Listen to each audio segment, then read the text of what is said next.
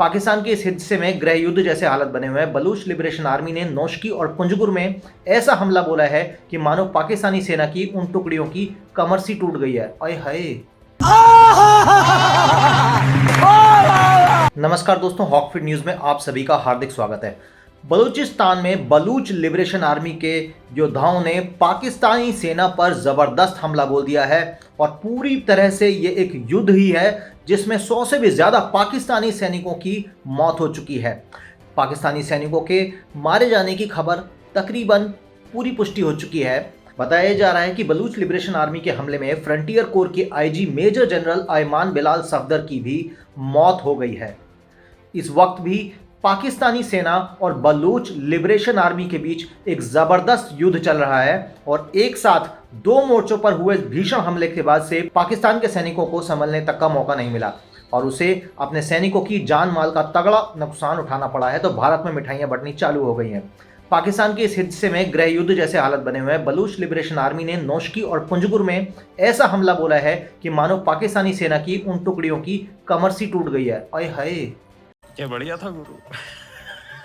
अब एक और अपने सैनिकों के मारे जाने से पाकिस्तानी सेना के आला अधिकारी सकते में हैं, वहीं दूसरी ओर पाकिस्तान के मंत्री चौधरी फवाद हुसैन ने दोनों इलाकों में हुए हमले की बात कबूल करते हुए जवाबी कार्रवाई में बलूचिस्तान लिबरेशन आर्मी के मारे गए लोगों को दहशतगर्द बताते हुए अपने सैनिकों की पीठ थपथपाई है। वाह, क्या बात है। अब बलूच आंदोलन को पाकिस्तानी सेना ने हमेशा ताकत से कुचलने की कोशिश करी है, ये बात मैं आपको बता देता हूँ। ये साल 1959 में भी बलूच नेता नौरोज खान ने इस शर्त पर हथियार डाले थे कि पाकिस्तान की सरकार अपनी 1 यूनिट योजना को वापस ले लेगी, लेकिन पाकिस्तान जो कि आदत से ही धूर्त है, उसकी सरकार ने उनके हथियार डालने के बाद भी उनके बेटों सहित कई समर्थकों को फांसी पर चढ़ा दिया। उसके बाद से बलूचिस्तान में पाकिस्तान को लेकर और भी ज़्यादा घृणा बढ़ गई। बलूचिस्तान के बड़े नेता अकबर बुगटी की भी हत्या जिस तरीके से पाकिस्तान सेना ने करी, उससे बलूचिस्तान के लोगों में काफ़ी रोष है और बलूचिस्तान के लोग पाकिस्तान को कतई नहीं पसंद करते और अपना एक अलग राष्ट्र बनाना चाहते हैं। गौरतलब है कि कुदरत की प्राकृतिक दौलत से भरपूर इस इलाके पर पाकिस्तान का जबरन कब्जा है। बलूचिस्तानी लोग लंबे समय से अपनी आज़ादी की मांग कर रहे हैं। अब दुनिया के अलग अलग फोरम्स पर बलूचिस्तान के लोग अपनी आवाज़ उठाते रहे हैं। विदेशों में निर्वासित जिंदगी जी रहे बलूचिस्तान के कई नेताओं का ऐसा कहना है कि पाकिस्तान की सेना ने बलोच कौम पर इतने जुल्म किए हैं कि उनकी गिनती भी नहीं हो सकती है।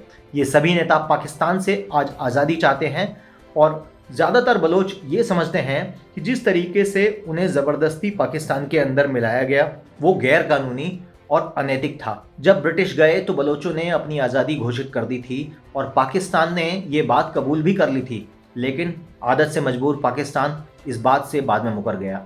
बलूचिस्तान के संविधान में संसद के 2 सदनों का प्रावधान था।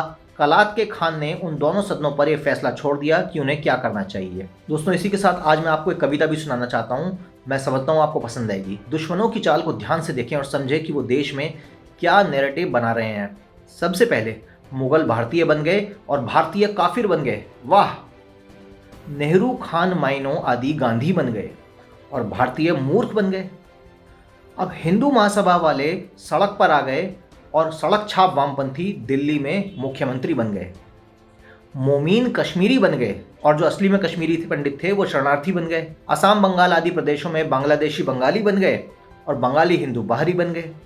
अब जो लोग हिंदुत्व के नाम पर सहिष्णु हैं वो सेक्युलर बन गए और वास्तविक सेक्युलर आतंकवादी बन गए। माओवादी और शहरी नक्सल बौद्धिक बन गए और बौद्धिक भक्त बन गए। आतंकवादी जिन्होंने सेना के लोगों की हत्या कर दी एवं सेना पर पत्थर बरसाए वो शांतिपूर्ण आंदोलनकारी बन गए और सेना मानवाधिकार का उल्लंघन करने वाली बन गई।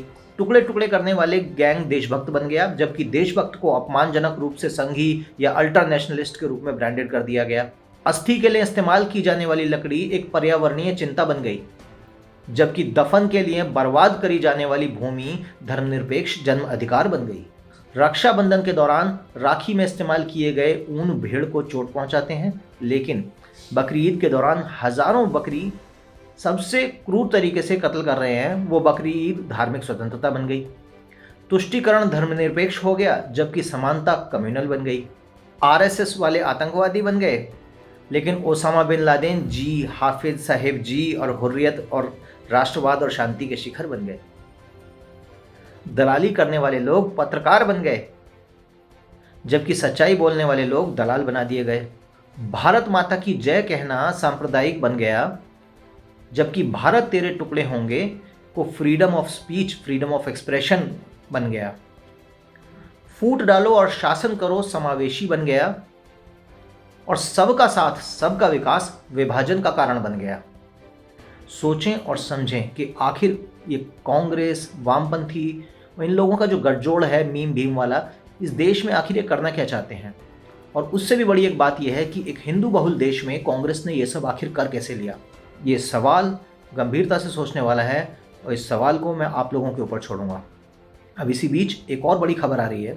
उत्तर प्रदेश की योगी आदित्यनाथ सरकार में मंत्री सिद्धार्थनाथ सिंह पर जानलेवा हमले की खबर है। मामला धूमनगंज इलाके का है। जानकारी के मुताबिक सिद्धार्थनाथ सिंह गुरुवार को अपना नामांकन पत्र दाखिल करने से जा रहे थे। सिद्धार्थ सिंह मुंडेरा स्थित चुनाव कार्यालय पहुंचे थे। इसी दौरान एक शख्स ने उन पर हमले की कोशिश करी। उत्तर प्रदेश की योगी आदित्यनाथ सरकार में मंत्री सिद्धार्थनाथ सिंह पर जानलेवा हमले की खबर है। मामला धूमनगंज इलाके का है। जानकारी के मुताबिक सिद्धार्थनाथ सिंह गुरुवार को अपने नामांकन पत्र दाखिल करने के बाद अपने चुनावी कार्यालय जा रहे थे। इसी दौरान एक शख्स ने उन पर हमले की कोशिश करी। शख्स को वहां मौजूद सुरक्षा कर्मियों और कार्यकर्ताओं ने पकड़ लिया।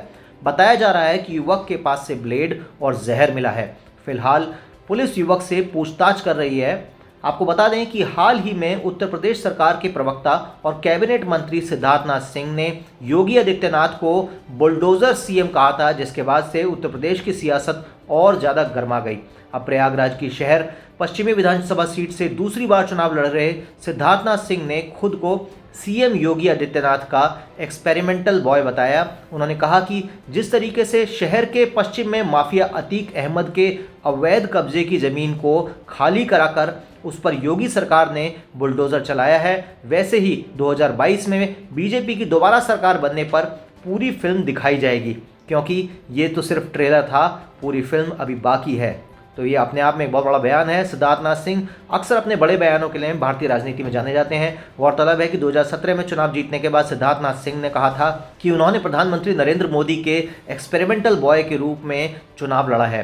कैबिनेट मंत्री सिद्धार्थनाथ सिंह ने साफ साफ कहा कि उनकी लड़ाई किसी मुखौटे से नहीं है, बल्कि माफिया अतीक अहमद से है। पिछले दिनों सिद्धार्थनाथ सिंह ने शहर पश्चिमी में मुंडेरा मंडी के सामने अपने केंद्रीय चुनाव कार्यालय का उद्घाटन किया। आपको बता दें कि प्रदेश में सभी 403 विधानसभा सीटों के लिए मतदान 7 चरणों में होना है। 10 मार्च को नतीजे आएंगे, जिसके साथ ही नई सरकार बनने का रास्ता साफ हो जाएगा। चुनाव को देखते हुए इस समय राजनीतिक माहौल गरमाया हुआ है। एक और खबर आपको बताना चाहता हूं कि दिल्ली के सुल्तानपुरी में हीरालाल गुजराती की हत्या कर दी जाती है। हत्या का आरोप इरफान नाम के शख्स पर। ये वही इरफान है जिसने हीरालाल की बहन से रेप भी किया था, जेल भी गया। अब 19 जनवरी को 12वीं में पढ़ने वाली लावण्या इस संसार को छोड़कर चली गई। मजबूरी में प्रताड़ना से हार मानकर, प्रताड़ना इस बात को लेकर कि पढ़ाई करनी है तो क्रिश्चियन बनो, इनकार करोगी तो टॉयलेट साफ करो। 20 जनवरी को दिल्ली के अंदर हिंदू विरोधी दंगों में पहली सजा सुनाई गई, वो भी किसी दिनेश यादव को। दिनेश पर 73 साल की एक मुस्लिम वृद्धा के घर में आग लगाने और उसकी भैंस खोलकर ले जाने का आरोप था। अब 4 दिन में हुई ये 3 खबरें। अखबार पलट लीजिए, प्राइम टाइम को याद कर लीजिए। इन 4 दिनों के अंदर नेताओं के दिए गए भाषणों पर भी आप दिमाग दौड़ाइए, या उनके सोशल मीडिया अकाउंट्स को भी आप चेक कर लीजिए। निराशा ही हाथ लगेगी, चाहे किसी भी पार्टी के हों। फिर याद कीजिए तबरेज आलम या अखलाक वाली खबरों के कवरेज को। साथ ही यति नरसिंहानंद वाले मंदिर में आसिफ की पिटाई पर 24/7 मीडिया रिपोर्टिंग को भी याद कर लीजिए। याद कर ही रहे हैं ना, तो अब खुद के भीतर भी झांक लीजिए। जिस समाज में हम रहते हैं, जिस सोशल मीडिया पर दिन भर कुछ ना कुछ चलता रहता है, वहाँ की चर्चाओं पर भी थोड़ा सा ध्यान दीजिए, क्योंकि ये जो दलाल मीडिया इस देश का पत्तलकार, जो नीच पत्रकार हैं, वो लोग इन खबरों को नहीं दिखाएंगे। वहाँ पर ऐसी चर्चा ही नहीं है। अब ये जो सन्नाटा आज मीडिया में बन चुका है, अब तगड़ा नैरेटिव होल्ड करने वाले बड़े टीवी चैनलों पर जो हिंदुत्व को लेकर जो सन्नाटा है, ये हिंदुओं के लिए एक बड़ा खतरा है। इसलिए क्योंकि ये 3 खबर हमारे लिए सिर्फ खबर नहीं, बल्कि हिंदू समाज के लिए 3 चैलेंज हैं। देश की राजधानी में ये पहली हत्या नहीं है, आखिरी भी नहीं होगी, लेकिन अपराध सिर्फ हत्या तक सीमित नहीं है। जिन हीरा लाल की हत्या हुई उनकी बहन का रेप भी इरफान ने ही किया था। इसी वजह से वो जेल में भी था। पैरोल पर बाहर आया तो हीरा लाल को भी मार डाला। दिल्ली में जिस पार्टी की सत्ता है, अपराधी का उससे कनेक्शन भी रहा है। जिस इलाके में सिर्फ इरफान का ही घर मुस्लिम का है, वहाँ उसके खौफ से यह मकान बिकाऊ है, मुसलमानों के आतंक से। अब हीरा की हत्या के डर के कारण वाला पोस्टर चिपका दिया जाता है। हत्या के अलावा इतने सारे सनसनी वाले एंगल के बावजूद मीडिया चुपचाप रहती है, और इसके मायने समझिए आप कि आखिर ये लोग क्या चाहते हैं। मुस्लिम नाम बदलकर हिंदू नाम के सहारे लड़कियों से प्रेम का नाटक रचकर उसकी हत्या या धर्म परिवर्तन जैसे अपराधों की जो रिपोर्टिंग है वो मेन स्ट्रीम टीवी चैनल्स कैसे करते हैं? या तो करते ही नहीं या बहुत छोटे में। और फिर ऐसा क्यों करते हैं? ताकि इन क्राइम्स के ऊपर पर्दा डाल सकें और उससे भी बढ़कर लव जिहाद जैसे टर्म को एक षड्यंत्र कहकर खारिज किया जा सके। आज दुख की बात है कि मेन स्ट्रीम टीवी चैनल्स पर शायद ही कोई ऐसा चैनल हो जो खुलकर हिंदुत्व की बात करता हो। देश प्रेम की बात तो बहुत से चैनल करते हैं, लेकिन खुलकर हिंदुत्व की बात करने वाले इस समय मेन स्ट्रीम में भी कोई चैनल नहीं है। अब लव जिहाद के कारण भले किसी बच्ची का करियर खराब हो जाए, उसे मार डाला जाए या उसके ऊपर एसिड अटैक हो जाए, लेकिन एक पिता अपनी बेटी के अपराधी और सिस्टम से तंग आकर उसे गोलियों से भून दे तो भी मीडिया उस आदमी को आतंकी, उसे हिंदू आतंकवादी बताता है। तो अब समय है कि हम चीज़ों को बदलें, नहीं तो हमें मिटा दिया जाएगा। अभी के लिए केवल इतना ही। जय हिंद, जय भारत, नमस्कार।